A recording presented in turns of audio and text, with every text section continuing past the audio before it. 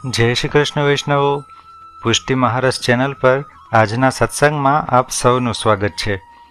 આપણે શ્રી મહાપ્રભુજીના 84 વૈષ્ણવોની વાર્તાનું રસપાન કરી રહ્યા છીએ, જેમાં આજના સત્સંગમાં વૈષ્ણવ 10માં હરિવંશ પાઠક, વૈષ્ણવ 11માં ગોવિંદાસ ભલ્લા તથા વૈષ્ણવ 12માં અમ્મા ક્ષત્રાણીના વાર્તા પ્રસંગોનું રસપાન કરીશું.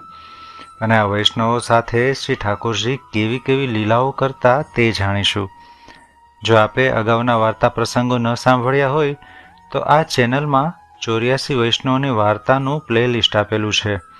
તેમાંથી આપને અત્યાર સુધીના વાર્તા પ્રસંગો મળી જશે, અથવા મને કમેન્ટ બોક્સમાં જણાવજો, હું તમને તેની લિંક મોકલી આપીશ.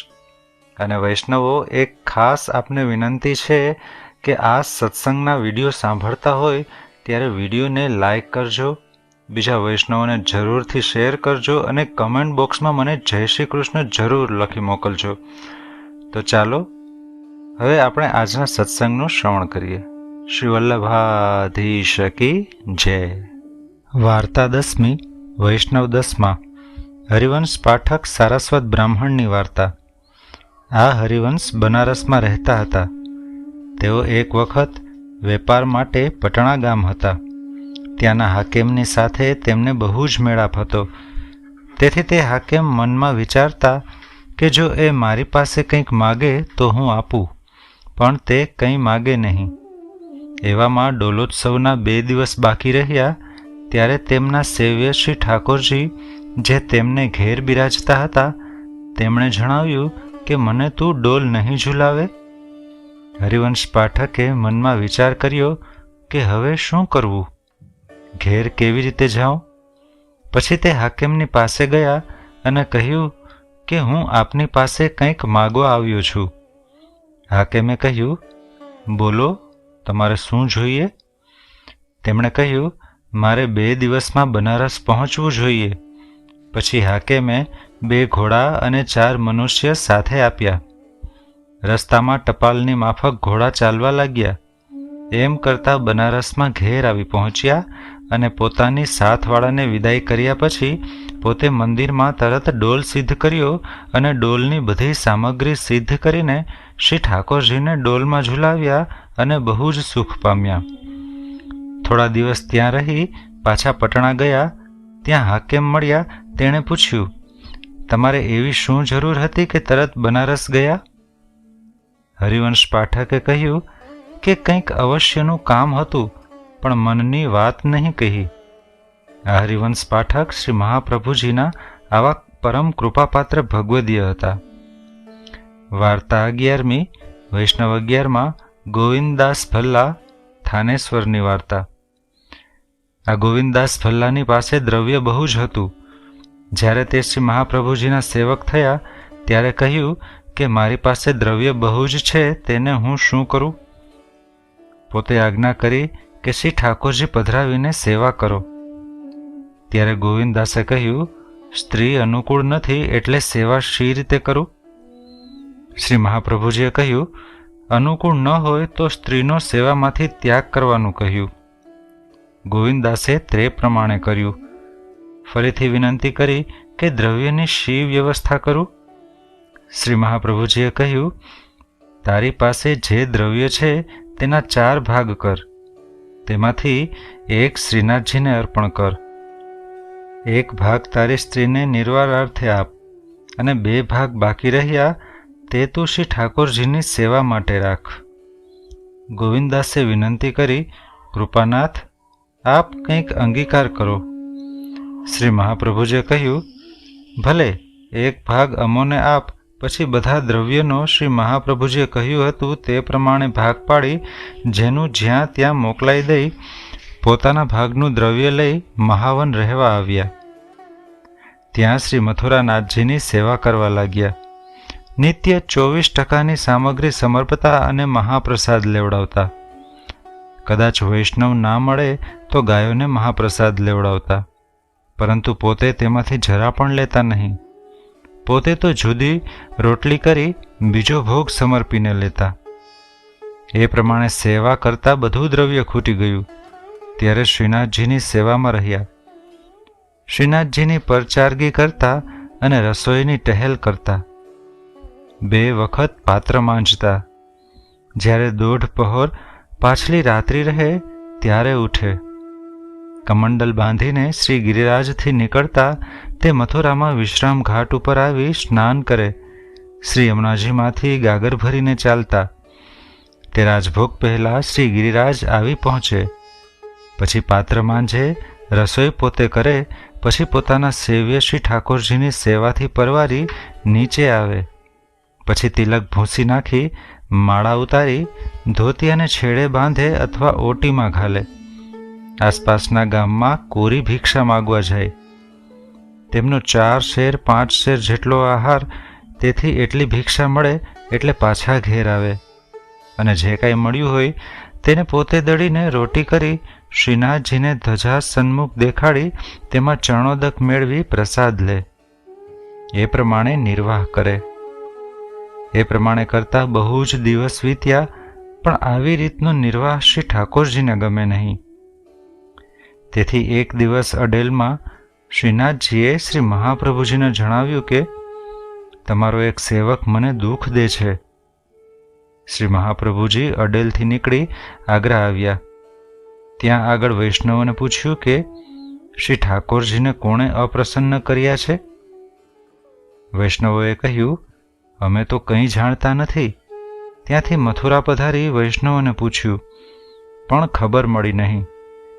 ત્યાંથી શ્રી ગિરિરાજ પધાર્યા. સ્નાન કરી ઉપર ગયા. શ્રીનાથજીના બંને કપોલનો સ્પર્શ કરી પૂછ્યું, બાવા, ઉદાસીન કેમ છો? શ્રીનાથજીએ કહ્યું, તમારો એક સેવક મને બહુ જ ખીજવે છે. ત્યારે શ્રી મહાપ્રભુજીએ બધા વૈષ્ણવોને પૂછ્યું કે તમે કઈ કઈ સેવા કરો છો અને શું મહાપ્રસાદ લ્યો છો? બધા સેવકોએ પોતાની સેવા અને મહાપ્રસાદ લેવાનો પ્રકાર કહી બતાવ્યો. પછી પોતે ગોવિંદદાસને પૂછ્યું ત્યારે ગોવિંદદાસ જે પ્રકાર કરતા હતા તે શ્રી મહાપ્રભુજીના આગળ જણાવી દીધો. તે સાંભળીને શ્રી મહાપ્રભુજીએ જાણ્યું કે આમણે જ શ્રીનાથજીને રૂઠાવ્યા છે. શ્રી મહાપ્રભુજીએ ગોવિંદદાસને કહ્યું, આજથી તમે મહાપ્રસાદ અહીંયા જ લેજો. તેમણે કહ્યું, દેવ અંશ કેવી રીતે લઉં? ત્યારે શ્રી મહાપ્રભુજીએ કહ્યું, આજથી સેવા કરશો નહીં. ત્યારે ગોવિંદદાસ અહંકારથી સેવા છોડી મથુરા ચાલ્યા ગયા. ત્યાં જઈ ત્યાંના પઠાણ પાસેથી શ્રી કેશવરાયજીની સેવાનો ઇજારો લીધો અને ત્યાં સેવા કરવા લાગ્યા. એકવાર તેમણે શ્રી કેશવરાયજીની શૈયા નવારથી વણાવા તે વણવાવાળાને મેવો વગેરે પ્રસાદ ખવડાવી બહુ જ ઉત્તમ શૈયા બનાવડાવી અને તે શૈયા બહુ જ અદ્ભુત થઈ. ત્યારથી શ્રી કેશવરાયજી તે શૈયાની ઉપર પોતે પોઢવા લાગ્યા. ત્યાર પછી તે જ કારીગરને ગામના હાકેમે બોલાવી પોતાના માટે શૈયા કરાવરાવી. પણ કારીગરે કહ્યું, શ્રી કેશવરાયજીની શૈયા જેવી આ શૈયા બની નથી. તે હાકેમે કહ્યું, તે શૈયા હું જોઉં. એમ કહી શ્રી કેશવરાયજીના મંદિરમાં જઈ શૈયાની ઉપર ચઢીને બેઠા. તે વખતે ગોવિંદદાસ બહાર ગયા હતા. ત્યાં તેમણે સાંભળ્યું એટલે હાથમાં ગુપ્તી લઈને દોડતા આવીને તે હાકેમને કહ્યું, તું કોણ છે કે શ્રી ઠાકોરજીની શૈયા ઉપર બેઠો? એમ કહી તેને મારી નાખ્યો. તેથી તે હાકેમના માણસોએ ગોવિંદદાસને ઠેર મારી નાખ્યા. આ વાત કોઈ વૈષ્ણવે જઈને શ્રી મહાપ્રભુજીને કહી કે મહારાજ, એવા વૈષ્ણવની એવી ગતિ કેમ થઈ? ત્યારે પોતે કહ્યું, તેનું પરલોકમાં તો કંઈ બગડ્યું નથી, પણ તેણે અમારી આજ્ઞા ન માની અને પૂર્વજન્મમાં તે હાકેમે તેને ઠેર માર્યો હતો. તેનું વેર આ જન્મે લીધું, તેથી તેનો દેહ આ પ્રમાણે છૂટી. એ ગોવિંદદાસ પૂર્વજન્મમાં શ્રી નંદરાયજીને ત્યાં શ્રી ઠાકોરજીના મંદિરમાં પાણી બહુ જ લાવતા હતા. આ ગોવિંદદાસ શ્રી મહાપ્રભુજીના આવા પરમ કૃપાપાત્ર હતા. વાર્તાનો સાર: શરીરને અત્યંત કષ્ટ આપી પ્રભુની સેવા પ્રીતિપૂર્વક કરે તે શ્રી ઠાકોરજીને રૂચતું નથી. સેવા કરીને પ્રભુને સમર્પેલી સામગ્રી અર્થાત મહાપ્રસાદ લેવામાં કોઈ પણ જાતનો દોષ નથી. શિવ નિર્માલ્ય લેવામાં જ દોષ રહેલો છે. ગોવિંદાસને અહંકાર થયો તો પ્રભુની સેવા છૂટી અને શ્રી મહાપ્રભુજીની આજ્ઞા ઉલ્લંઘન કરી તેથી કમોતે મરણ થયું. વાર્તા 12મી વૈષ્ણવ 12માં અમ્મા ક્ષત્રાણી કડા ગામમાં રહેતા તેમની વાર્તા. આ અમ્માને 2 દીકરા હતા. તે પરમ ભગવદીય હતા. અમ્મા શ્રી ઠાકોરજીની સેવા રૂઢી રીતથી કરતા હતા. તેમના દીકરા તેમને અમ્મા કહેતા હતા. તેથી તેમના સેવ્ય સ્વરૂપ શ્રી ઠાકોરજી શ્રી કૃષ્ણજી પણ તેમને અમ્મા કહેતા. કેટલાક દિવસ પછી તેમનો એક દીકરો મરણ પામ્યો. ત્યારે અમ્મા નિત્ય શ્રી ઠાકોરજીની સેવા કરી, રસોઈ કરી, ભોગ ધરી, સમયાનુસાર ભોગ સરાવી શ્રી ઠાકોરજીને અનુસર કરી રોવા બેસતા. અમ્માને રોતા દેખીને શ્રી ઠાકોરજીને ખેદ થતો. શ્રી ઠાકોરજી કહેતા કે અમ્મા તું રોઈશ નહીં. પણ અમ્મા રોતા છાના રહે નહીં. એમ કરતા કેટલાક દિવસ પછી તેમનો બીજો દીકરો મરણ પામ્યો. ત્યારે તો તે બહુ જ રોવા લાગ્યા. શ્રી ઠાકોરજી છાના રાખે પણ છાના ન રહે. શ્રી ઠાકોરજીએ શ્રી ગુસાઈજીને કહ્યું, અમ્મા રડ્યા કરે છે તેથી હું બહુ ખેદ પામું છું. શ્રી ગુસાઈજી અમ્માને ઘેર પધાર્યા અને ખીજ્યા કે તું રોઈશ નહીં. શ્રી ઠાકોરજીને ખેદ પામે છે. ત્યારે અમ્મા છાના રહ્યા. પછી નિત્ય સ્નાન કરી મંદિરમાં જઈ 2 હાથને ફૂલેલ લગાવી શ્રી ઠાકોરજીને જગાવે એ પ્રમાણે તે સેવા કરતા. પ્રસંગ બીજો. એક દિવસ શ્રી ઠાકોરજીના આગળ અમ્માએ દૂધનો કટોરો ભરી રાખ્યો હતો. તેમાંથી શ્રી ઠાકોરજી દૂધ આરોગતા હતા. તે વખતે શ્રી ગુસાઈજી અમ્માને ઘેર પધાર્યા. મંદિરનો ટેરો સરકાવી દર્શને લાગ્યા. શ્રી ઠાકોરજીને દૂધ આરોગતા દેખીને પાછા ફર્યા. અમ્માએ કહ્યું, પાછા કેમ ફર્યા? શ્રી ગુસાઈજીએ કહ્યું, શ્રી ઠાકોરજી તો દૂધ આરોગે છે. અમ્માએ કહ્યું, એ તો લરિકા છે, તમે કેમ જતા નથી?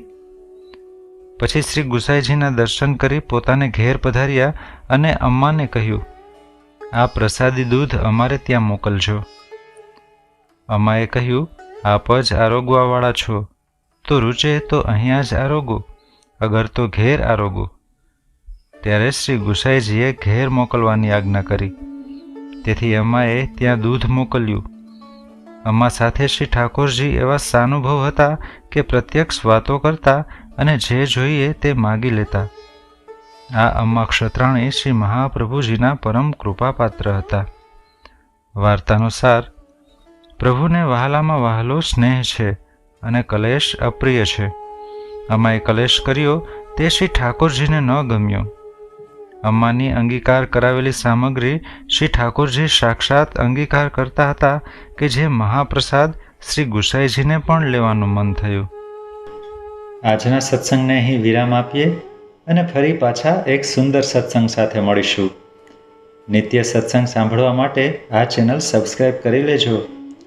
સર્વે વહાલા વૈષ્ણવોને જય શ્રી કૃષ્ણ.